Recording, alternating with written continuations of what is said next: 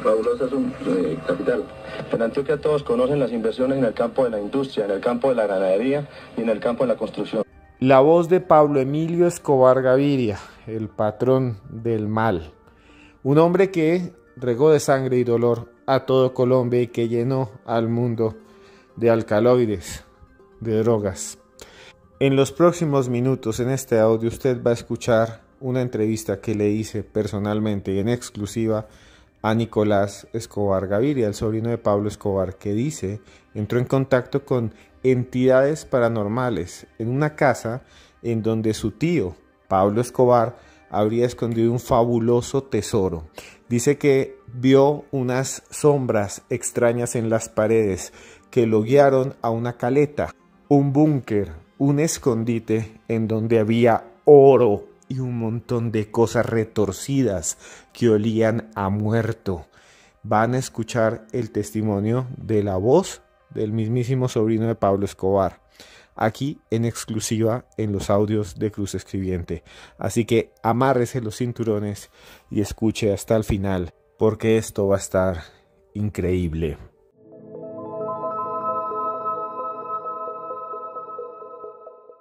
Nostalgia es lo que sienten la mayoría de personas cuando piensan en los años 80. Colores fluorescentes, música de Michael Jackson, de Madonna. Plataformas como Netflix han creado series con ese sentimiento. Tenemos Stranger Things, tenemos Dark. Lo cierto es que en Colombia no había colores fluorescentes. En Colombia había ríos de dólares y violencia, bandas terribles de traficantes, dos carteles, el cartel de Medellín y el cartel de Cali. Y se dice que los narcotraficantes, para esconder esa gran cantidad de dólares, abrían grutas en las paredes de sus mansiones que tenían grifería de oro, hacían escondrijos que llamamos caletas, estaban entre las paredes y habían maestros caleteros, expertos en esconder, expertos en ocultar. Se dice que muchas veces acudían a la brujería y que incluso muchos de ellos fueron asesinados. Que brujos, hechiceros, nigromantes iban hasta allá, brujos negros, e invocaban conjuros extraños, rezos, oraciones, para cerrar las caletas, para que nadie las encontrara, para que los espíritus de gente mala, de muertos, difuntos, a los que invocaban se quedaran allí, protegiendo las caletas, protegiéndolas de la ley, de la autoridad, de los enemigos, para que nadie los encontrara. Por eso mucha gente hoy en día dice que cuando hay una luz, una especie de esfera, de orbe que recorre esas mansiones en ruinas hoy en día, es porque hay una caleta. Por eso la gente dice que ve sombras de los espíritus que la cuidan. Y eso también dice Nicolás Escobar Gaviria, que vio cuando en una de las casas de Pablo Escobar, mientras almorzaba, empezó a entrar en contacto con entidades extrañas que lo guiaron lentamente al lugar en donde estaba un tesoro maldito, un tesoro escondido de Pablo Escobar. Yo lo visité en su casa y él me dio una entrevista. Escuchemos cómo comenzó todo, escuchemos cómo el sobrino de Pablo Escobar nos cuenta esta historia paranormal que pone, como siempre digo, los pelos de punta. Voy a decir algo, hablar de lo paranormal en esta casa no es hablar solamente de una experiencia, es que esto es algo que pasa todos los días. Por decir algo, en mi hijo hay un sitio que para pasar por ahí literalmente se pone contra la pared para que no le jalen la camiseta. Y es automático que todos los vellos de mi cuerpo se paran. Esto sucedió durante muchísimos años, podemos hablar desde el 96, 97 hasta el año, hasta el 10, creo que fue el 10 de enero, y no me equivoco, el 1 de enero, algo así primero o 10 de octubre del año 2017.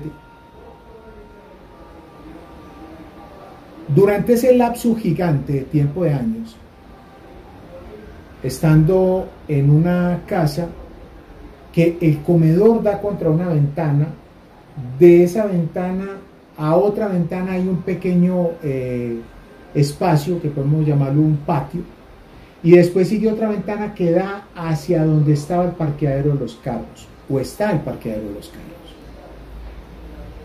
Yo Estando un día ahí almorzando, vi una sombra de un señor. Yo me quedé mirándolo, el señor viene, entra y se desaparece. Yo, qué raro, me espantaron. Pero yo seguí almorzando como si nada fuera. Y tampoco le conté absolutamente a nadie nada después. Para mí es normal que pase eso. Tiempo después, porque yo no vivía aquí, sino que vivía en Manizales, que vuelvo a Medellín, vuelvo y me siento a almorzar, vuelve y sale el mismo personaje, vuelve y pasa la misma pared, se esconde. Entonces le digo yo, ¿viste? Pregunto pues ahí a la calle, aquí se murió alguien viejo, yo un señor que sale ahí del comedor, pasa, y voy y pregunto, ¿aquí en esta casa hay una caleta que no hayan encontrado? ¿O qué? Ya después vuelvo y ya no era solamente el señor, sino que se veía el señor y una señora. Que venían, pasaban y se venían, pasaban y se iban. Ya yo me vengo a vivir aquí a Medellín, empiezo a frecuentar mucho más esa casa, prácticamente todos los días. Porque allá teníamos el otro museo, entonces era diario que había que ir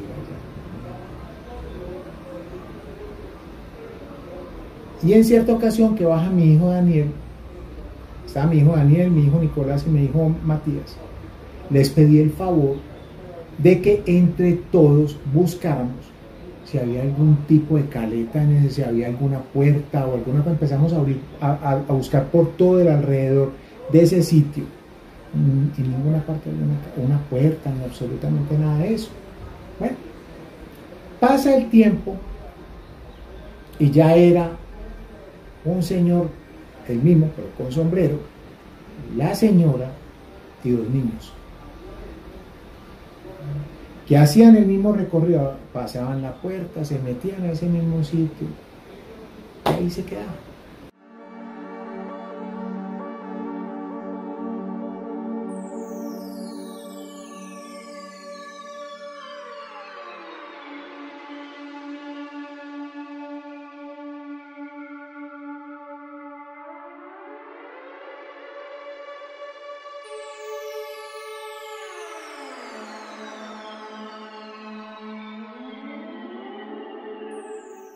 Sombras que se escurren por las paredes, extrañas siluetas que parecen venir del más allá para indicarnos dónde está el tesoro maldito, el tesoro de la desgracia, la caleta, el lugar donde se guardaban los dólares, incluso donde se guardaban otras cosas terribles.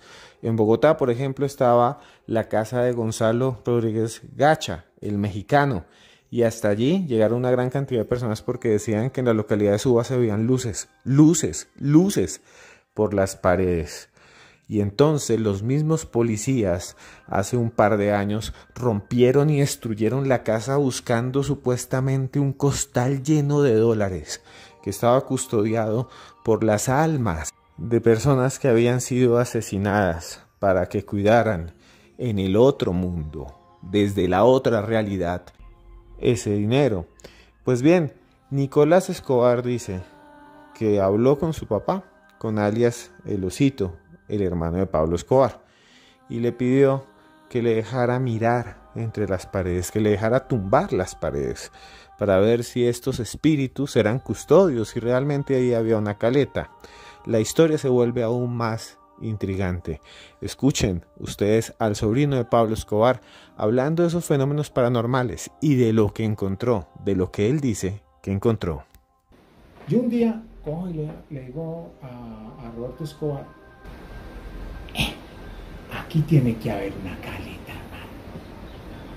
Me dice, aquí no hay nada, si aquí hubiese alguna cosa yo sabría, porque yo conozco todo, yo conocí todo y yo sé todo.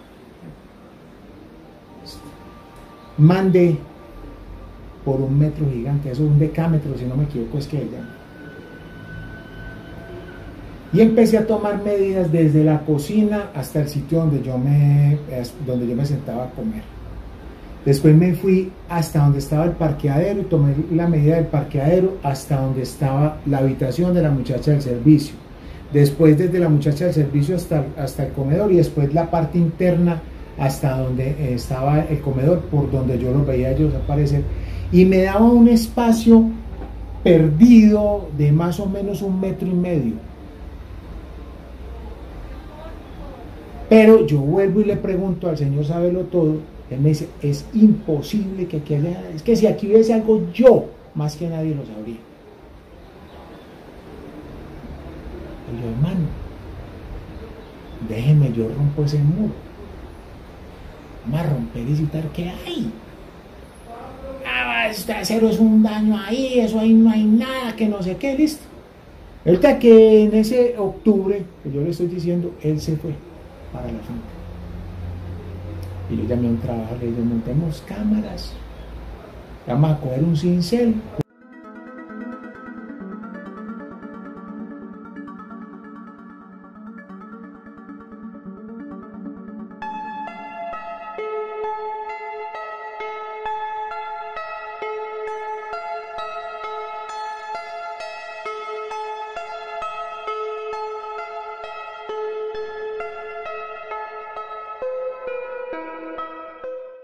Espíritus que aparecen en las paredes. El sobrino de Pablo Escobar espera que su papá se vaya, como escucharon hace poquito, espera que ya no esté, para con un trabajador buscar ese punto, ese lugar donde las sombras se perdían entre la masa de las paredes, y ir con un cincel y romperlo todo, para ver si adentro había una caleta, un tesoro maldito. No sé, pero esta historia a mí sí que me impacta.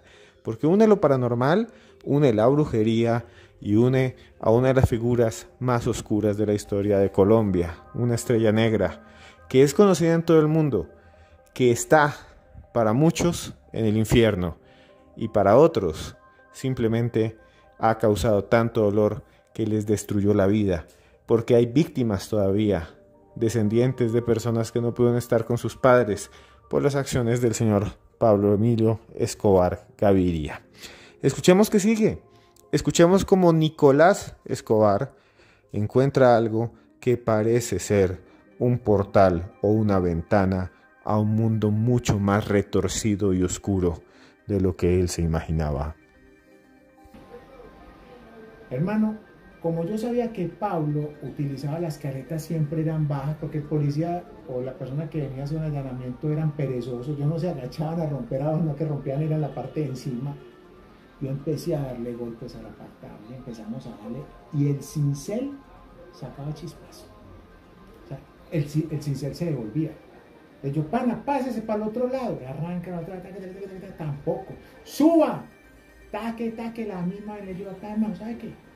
Présteme ese cincel y esa hermano, présteme. Y lo cogí, hermano, y yo me enceguecí. Taque, hasta que paso un pedacito. Yo sí paso un pedacito. ¿Qué pasaba? Era que se veían los adobes, pero los adobes estaban totalmente rellenos por dentro, no de cemento con arena, no de concreto. O sea, usted le puede pegar a eso con un fusil y la bala se devolvía, eso no hace absolutamente nada.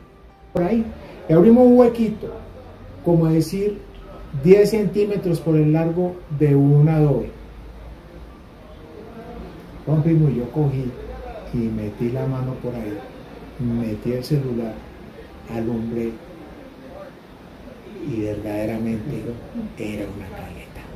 Entonces yo ya rompo, pero ahí mismo se viene el hedor de 24 años de estar cerrado en un punto. Nos tuvimos que salir todos de ahí, esperando a que saliera todo ese vapor, todo ese vaho. Ya después abrimos un huequito más grande, ya después a punta de almadana y garrote reventamos una parte para que una persona pudiera ingresar. En la parte de abajo había una caja, pero lo más espectacular era que había un bombillo colgado única y exclusivamente del alambrito. Ya el vidrio del bombillo estaba sostenido, ese alambrito ahí estaba, había quedado, y encima de ese vidrio estaba un hueco para ingresar a otra caleta que estaba en la parte de encima del techo. La caleta constaba de un sanitario y una ducha.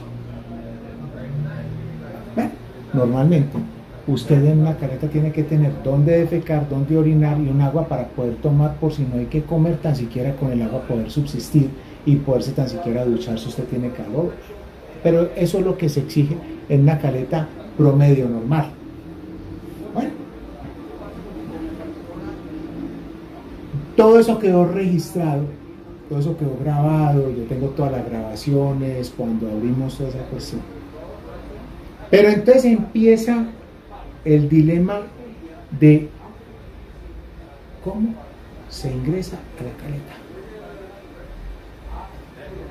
Porque no había ingreso por ninguna parte. Pero solo tenía un huequito. No había huecos. O sea, totalmente sellado completo. Cuando ingresamos yo dije, pues debe haber alguna pared movible. No existía ningún tipo de pared movible. O sea, era totalmente sellado, herméticamente sellado.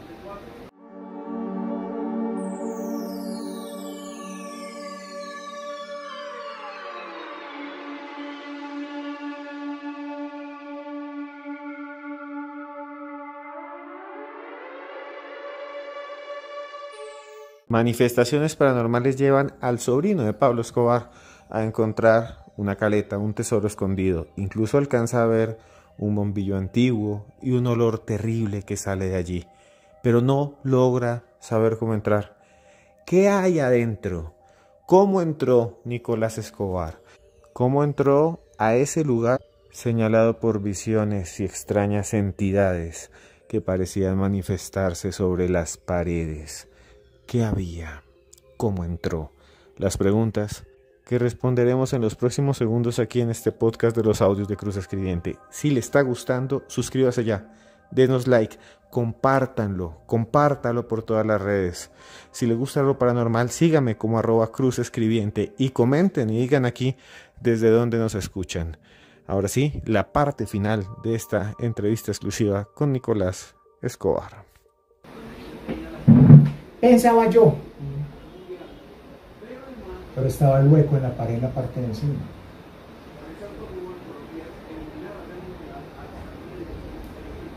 Entonces, estando ese hueco en la pared en la parte de encima, resulta que en esa misma casa, casi al principio, había otro ingreso a otra camioneta, que uno subía el techo y podía ingresar al techo de la casa. Pero todo el mundo ingresaba y no se encontraba absolutamente nada.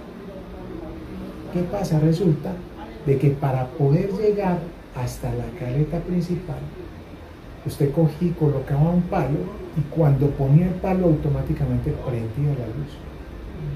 Y ese mismo palo tenía que girarlo para ponerlo en el otro lado y automáticamente prendía la luz de ese sitio. Para usted poder ir mirando cómo iba llegando.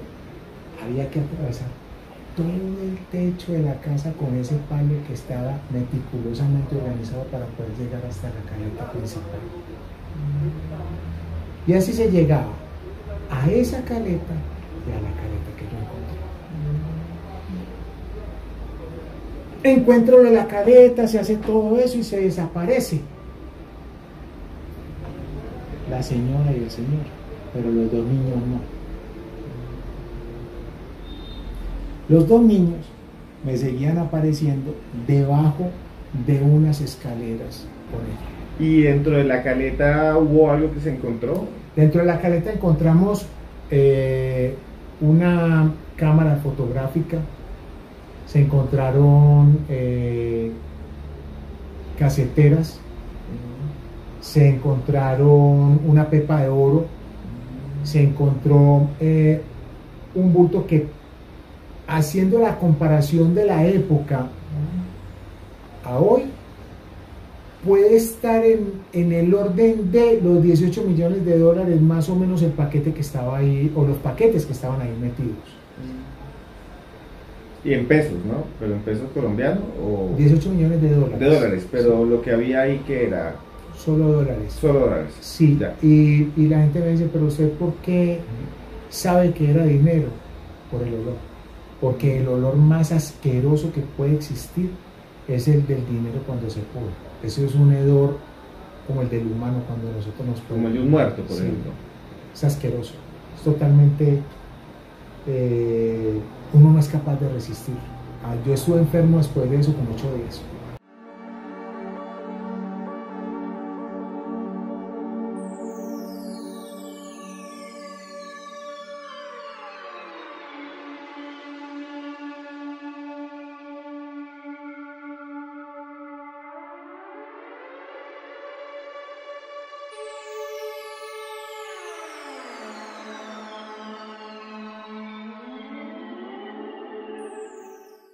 Una historia fabulosa la que ustedes acaban de escuchar. No sé si lo que dice Nicolás Escobar es verdad. No tengo ninguna forma de comprobarlo. Tampoco puedo decir que sea mentira. Y eso es lo que hacemos aquí en los audios de Cruz Escribiente. Abrimos la puerta del misterio para que solamente usted llegue a la conclusión final. Déjenme en este punto hablarles a ustedes. Decirles que los quiero bastante. Que cada día que me paro frente a este micrófono aquí en mi casa, al lado de mis gatos, de mis 3 gatos, y a veces siento de alguna manera soledad y tristeza porque estoy solo, porque este trabajo lo hago solo. A veces me ayuda Tania, a veces otro amigo, Juan Jesús Vallejo, a veces me ayuda Hugo Alejandro Bernal, pero normalmente lo hago solo. ¿Y sabe por qué? ¿Por qué lo hago? Porque siento que esta es mi manera de comunicarme con gente como usted, que no nos conocemos de pronto físicamente, que tal vez estamos muy lejos, pero que mediante estos podcasts podemos conectarnos, podemos hablarnos porque nos une una cosa, el misterio, la idea de que podemos ir más allá. A veces nos dicen que estamos locos porque nos gusta este contenido, a veces nos dicen que esto realmente son solamente leyendas y cuentos. No me importa si son leyendas o son cuentos. Me importa que puedo comunicarme con usted y que estamos como hace cientos de años, como hicieron nuestros bisabuelos, alrededor de una hoguera, escuchando historias, desafiando al tiempo, porque somos valientes. Esté usted donde esté, gracias por estar ahí. Gracias, muchas gracias de todo corazón, porque a usted lo quiero mucho.